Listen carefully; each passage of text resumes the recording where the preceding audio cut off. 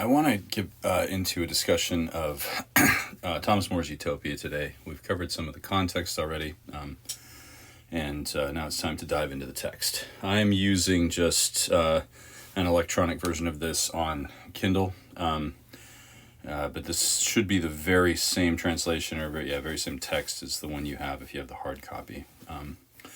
So Thomas More was a humanist. We talked about what that means already.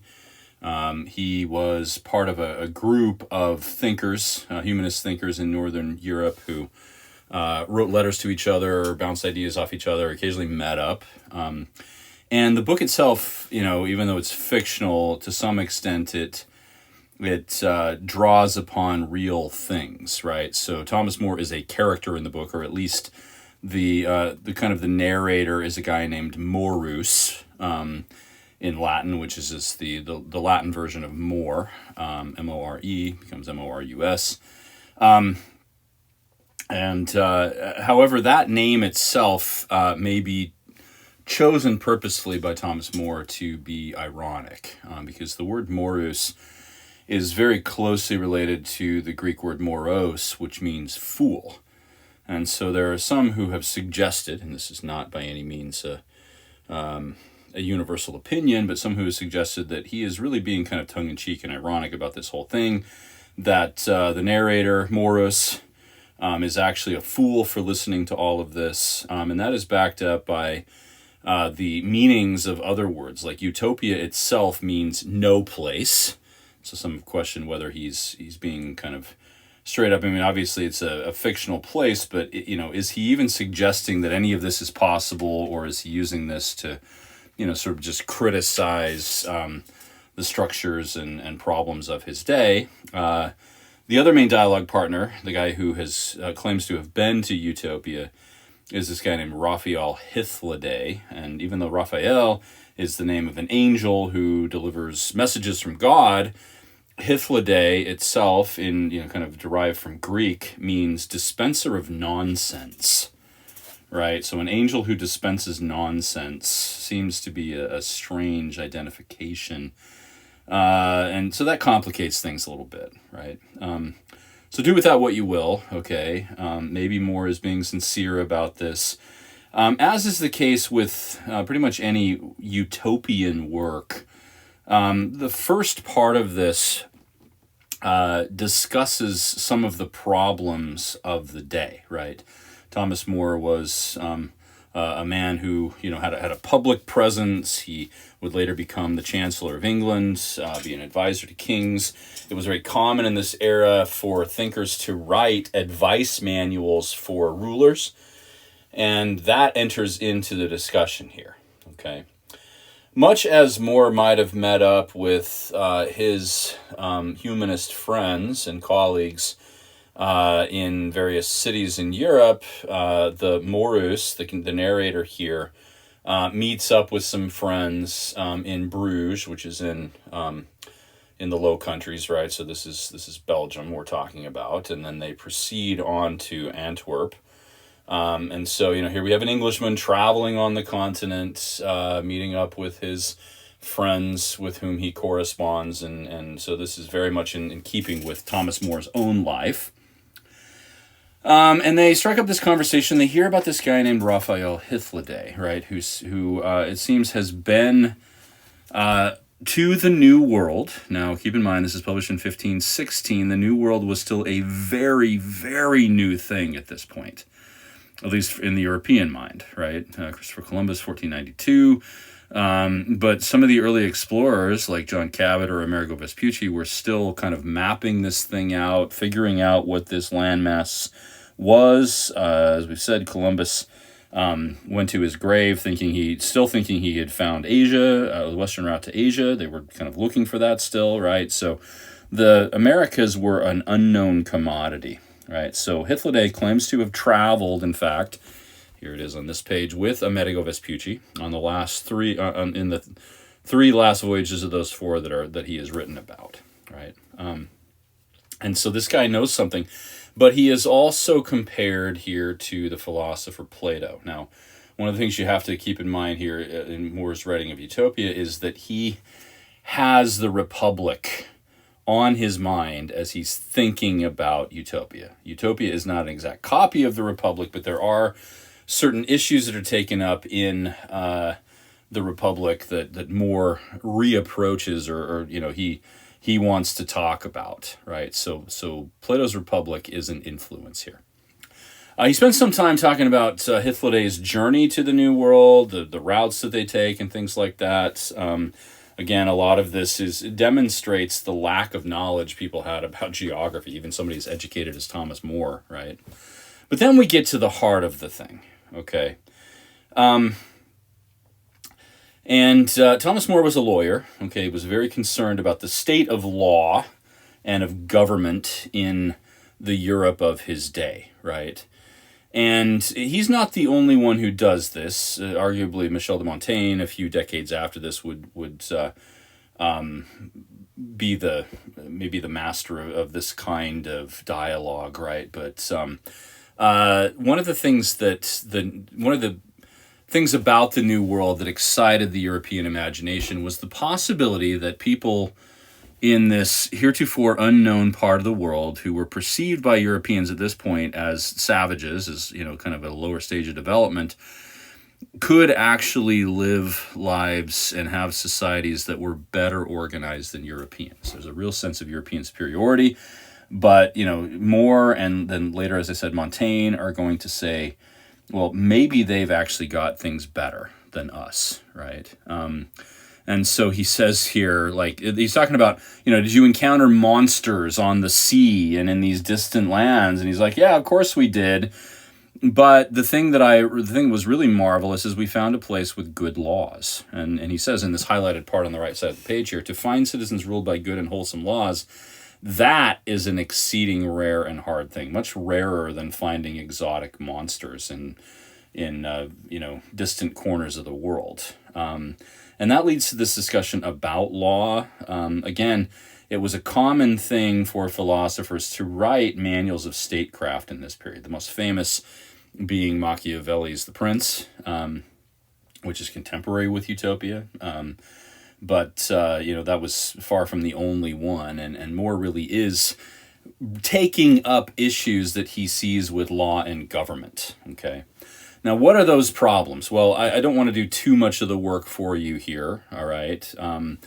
But there are a few that stand out, okay? So he says, we want to find solutions, apply our wit and diligence to the profit of the weal public. Now, the weal public just means the common good, right? What is going to be best for the most people? And then we will advise, right, princes whose attention is taken up mostly with warlike matters and feats of chivalry. We need to, as philosophers, we need to help turn them to other problems that will benefit people rather than just, kind of being for the profit of the elites who were in the business of fighting wars. Okay? And one of these is the punishment of crime. Now remember, Thomas More is a lawyer. He later becomes a judge. This is really on his mind. And so he introduces his character into the conversation who is praising the legal system. He's a kind of straw man in some ways here. His argument is not very great, and they sort of cut him off anytime he tries to make a defense of himself.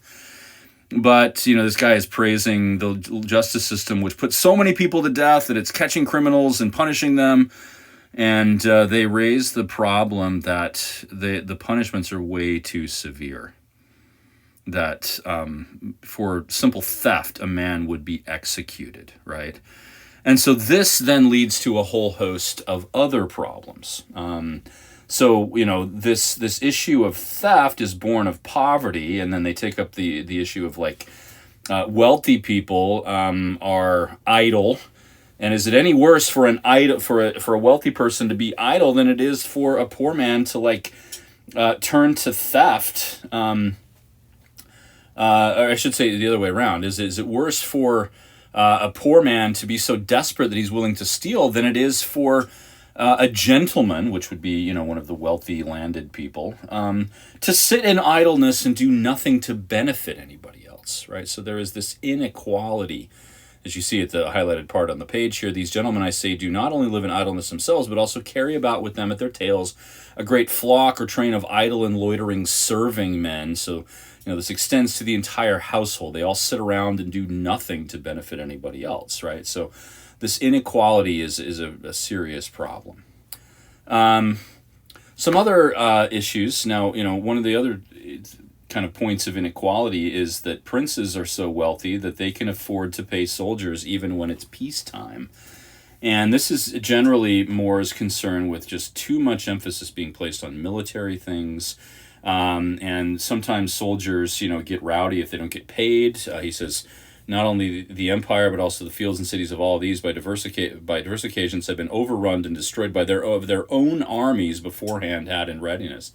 And so, armies sometimes turn against the people who hire them. And he's talking here about, the common practice of hiring mercenary armies, right, which tended to plunder and pillage and sometimes even turn against their paymasters if they, as I said, if the pay wasn't readily forthcoming. And so having all of these mercenary armies just kind of organized all the time, ready to fight wars, has become a serious problem and led to a great deal of injustice in the world. Okay, another issue of injustice is that often these wealthy people will drive the peasant farmers off their land so that they can enclose them in fences and raise large flocks of sheep. Well, this profits the wealthy landholder, but it leaves these peasants destitute. It leaves them without a means of an income.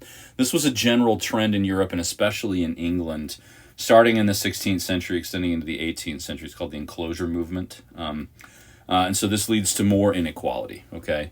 And so what do people who suffer from poverty tend to do? Well, they take up a life of crime. They, frequent, and in some cases they are so desperate that they turn to things like prostitution. Notice that he's talking about brothel houses and strumpets and stews and these other things, like houses of ill repute, right? They can do nothing else, but they can only make a profit by selling vice, so to speak, right? And again, this is all born of inequality, okay? Well, long story short, Hythloday says, look, I've been to this place called Utopia, and they don't have any of these problems, right?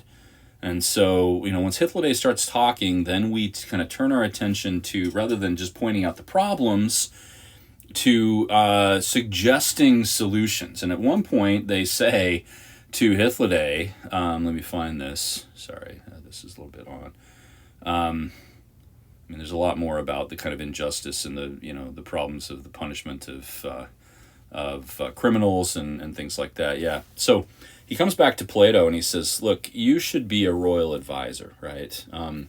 Because I can tell that you are a philosopher. And as Plato said, unless kings themselves would apply their minds to the study of philosophy, that else they would never thoroughly allow the counsel of philosophers. So, you should try to become a royal advisor because kings tend to be advised by bad people. This is why they are so focused on warfare and things like that, right? One of the things that Hythloday brings up, which, and there's more stuff about, kings focusing on armies and those sorts of things here. But, let's see. Yeah, here it is. Hythloday says, and this is kind of an opening for what happens in the second book, which is a whole description of Utopia itself. In Utopia, every man hath his possessions, several to himself, and there, so here, everybody has their own private property. There, all things be common. So this notion of common property, the lack of private property, is a common thing with utopian communities, whether real experiments or envisioned fictional things like Plato's Republic or Thomas More's Utopia. More in this case is influenced, I think, as much by Plato as much by descriptions of the early Christian community in the New Testament as he is by Plato's Republic, but he certainly has both on his mind. And, that leads then into the second book and the description of Utopia, which we will take up in another video. Thanks.